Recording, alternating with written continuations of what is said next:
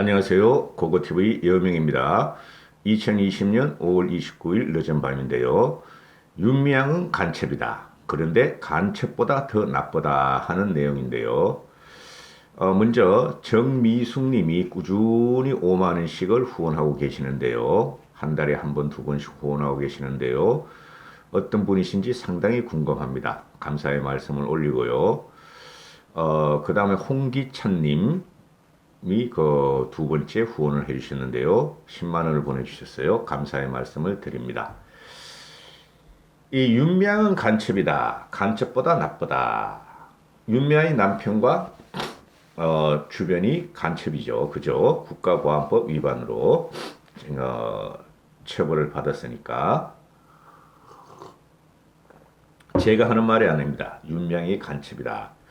고고TV는 신냉전 시대의 이데올로기, 즉 북한에 협조하는 자를 대해서 간첩이다 이렇게는 말씀을 안 드려요. 북한은 언젠가는 우리가 통일의 대상으로 삼아야 되고 북한은 우리가 흡수해야 됩니다.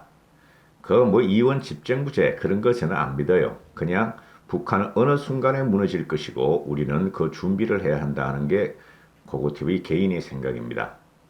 뭐 민족 화해 그런 거창한 거 안 믿습니다. 그런 애들이라면은 민족을 갖다가 6.25 침략에 의해서 같은 민족을 그렇게 도륙을 내지 않았어요. 그거 안 믿습니다. 저는 그만큼 북한은 이종 집단입니다. 이종 무리들이고요. 윤명이 간첩이다 이런 말을 누가 했느냐? 거짓말을 밥 먹듯 하는 사기꾼들이 자기 스스로를 간첩이라고 하겠냐? 나는 간첩이다라고 말하는 간첩 본 적이 있느냐 하는 말을 합니다.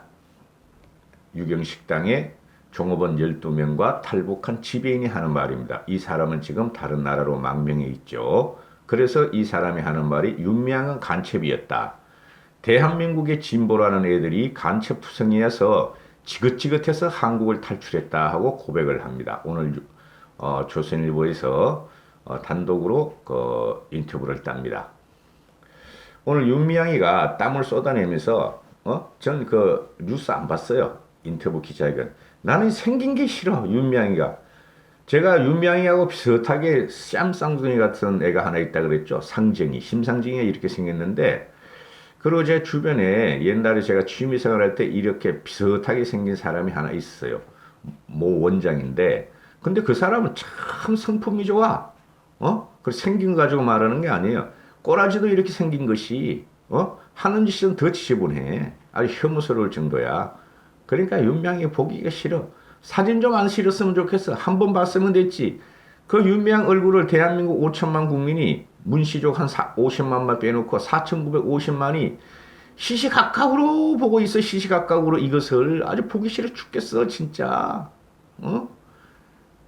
생긴 것이 무슨 잘못이 있겠느냐마는 하는 짓이 그러니까.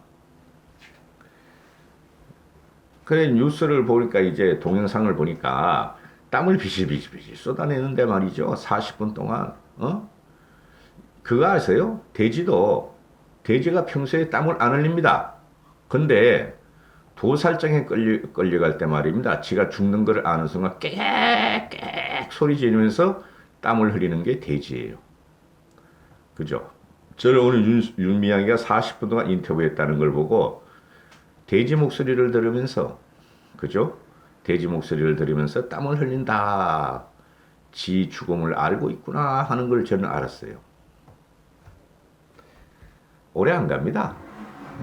국회의원이 된다? 그래도 이거는 죄를 받아요. 결국은 죄를 받게 돼 있습니다.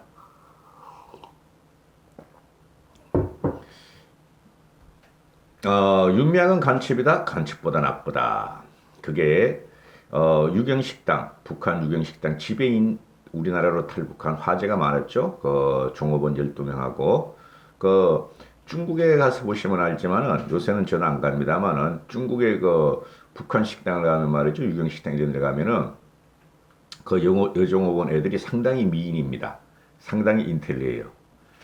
제가 처음에 중국을 갔을 적에 2000년 초 1990년대 중반에 갔었어요. 처음에 중국을 못 살 때, 중국 못 살 때. 근데 이제 베이징 가고 상하이 가고 그런 데 가가지고 호기심이 있잖아요, 저도. 그래서 북한 식당을 갔는데 거기 가니까 진짜 별천지더라고요. 그렇게 애들이 야리야리하고 예쁠 수가 없어요. 북한 여종업원들이. 물론 어느 정도 개인 교육을 받았죠. 그건 알고 있지만. 그래서 어느 여인한테 혹 가가지고 그냥 우리 직원한테, 야, 쟤 한번은 밖에서 좀 만나자 그래봐. 데이트 신청해봐. 그랬더니 걔가 그 여종업원 그 당시에 그 여자 지배인이었어요. 그렇게 이틀 동안 비딩을 해도 절대 밖으로 안 나오더라고요. 북한 여종업원들이. 제가 젊었을 때니까. 그런데도 뭐 돈으로 꼬시고 호기심이 많잖아요. 그래서 밖으로 내서 식사도 하고 이야기 좀 들어보려고 데이트를 핑계로 절대 안 나오더라고요. 여자 종업원들이. 그런 애들이 탈북한 거예요. 그런 애들이. 그럼 그게 탈북이 진짜냐 가짜냐는 논할 필요가 없어요. 그건 진짜예요, 진짜. 자, 그래서 이 유경식당 지배인이었던 허강일이가 윤미향의 기자회견을 듣고 윤미향이가 우리한테 월북 권유가 없었다고? 거짓말하라. 거짓말 말라. 윤미향 주장은 거짓말이다. 이 윤미향은 조국처럼 아니다 하다가 검찰서 들통날 것이다 하고 북한 출신이 말을 하죠. 요거는 나중에 다루고, 오늘 보면은 이 윤미향이가 개인 계좌가 허술한 부분이 있었지만은 개인적으로 쓴 거는 없다. 개인 구자를 4개를 해서 9번의 모금을 했는데 그것을 유안부 할머니한테 한 2억 8천만 원인가 9천만 원을 모금했는데 2억 3천만 원을 주고 5천여만 원이 나왔는데 그거는 해명이 안 된다. 이렇게 말을 하고, 또 집 5채를 현금 구매 의혹에 대해서 말을 하니까 그런 일은 없다. 뭐 사고 팔고 이렇게 했다. 그리고 윤미향의 딸의 자금 논란에, 윤미향 딸 UCLA 유학 자금에 대해서 남편 형사 보상금 때문에 충당한 것이다. 그러면서 실실 웃더라고. 웃는 모습이 그 카메라에 잡혔는데요. 그러면은 그 돈이 다 어디서 나느냐 이거죠, 핵심이. 그죠? 왜 그 불쌍한 할머니들을 이용하고 왜 민족정기를 빨대를 받아가지고 대한민국 민족정기를 갖다가 네 살이 사육을 채우느냐 이거 아니에요. 우리가 지금 분노하는 것은 못생긴 주제에 얘가 그래서 하는 말이 이래요. 재산은 저축 습관이었다. 어운즉 사태는 없다. 이렇게 말해요. 참으로 드라마틱한 인생이다. 현재 현금이 3억 2천만 원의 예금을 갖고 있고 여러분 중에서 개인 현금을 3억 2천만 원 가진 집이 몇 명이나 계세요? 상위 1%도 개인 현금은 갖고 있지 않습니다. 개인 현금은. 그건 달러는 좀 가지고 있고 금괴 같은 거 별로 안 갖고 있어요. 거의 투자를 해놓죠. 사람이라는 것은. 그럼 얘가 뭐야? 현재 개인 현금도 3억 2천만 원의 저축이 있고 재산 신고를 8억이라 한 게 8억분이 안 한 게 그죠? 거기다가 집을 5채가 있었다. 현금으로 샀다. 그죠? 그 총 상금액이 뭐 적은 것은 많았던. 근데 얘가 지금 나이가 55세 정도뿐이 안 됐다. 그죠? 근데 사회에 나온 건 30세 정도다. 그렇죠?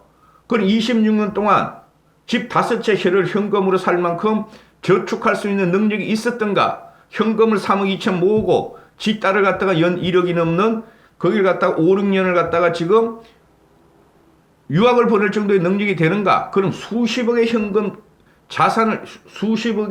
현금성 자산을 갖고 있는 게 지금 윤미향이다. 근데 사회에 나와가지고 이제 20년 뿐이 안 된 것이, 직업도 없었던 것이, 그죠? 할머니들을 따라다니면서 수요 지표를 하고 모금을 한 것에 불과한 이 개, 어떻게 재산을 수십억을 모을 수 있느냐, 이런 문제가 나오는 것이죠. 그럼 국민들은 100%, 99.99% 저거는 삥땅던 것이다. 횡령과 착보가 사기다. 이렇게 되는 것이죠.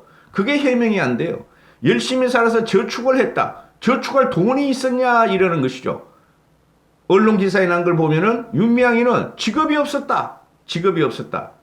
일본 화장품 방문 판매 사원이었다. 반일을 외치면서.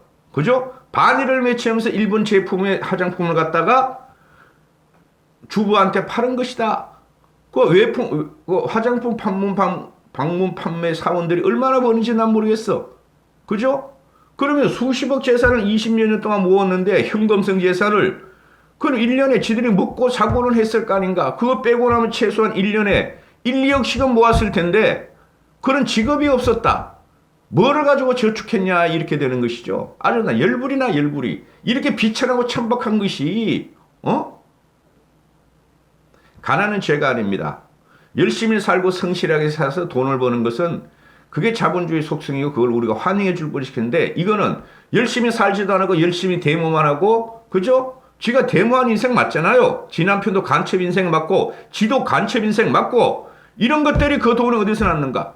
그러면 북한한테 받았나? 북한한테 공작금을 받았나? 한심한 거네 진짜.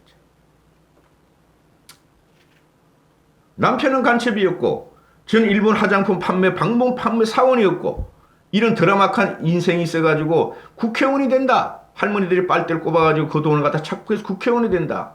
어떻게 저축을 해서 전액을 갖다 집을 사고 5번이나 현금으로 사고 은행 잔고가 3억이 남았고 어떻게 이것들을 하나같이 이렇게 더러운 인생들인가?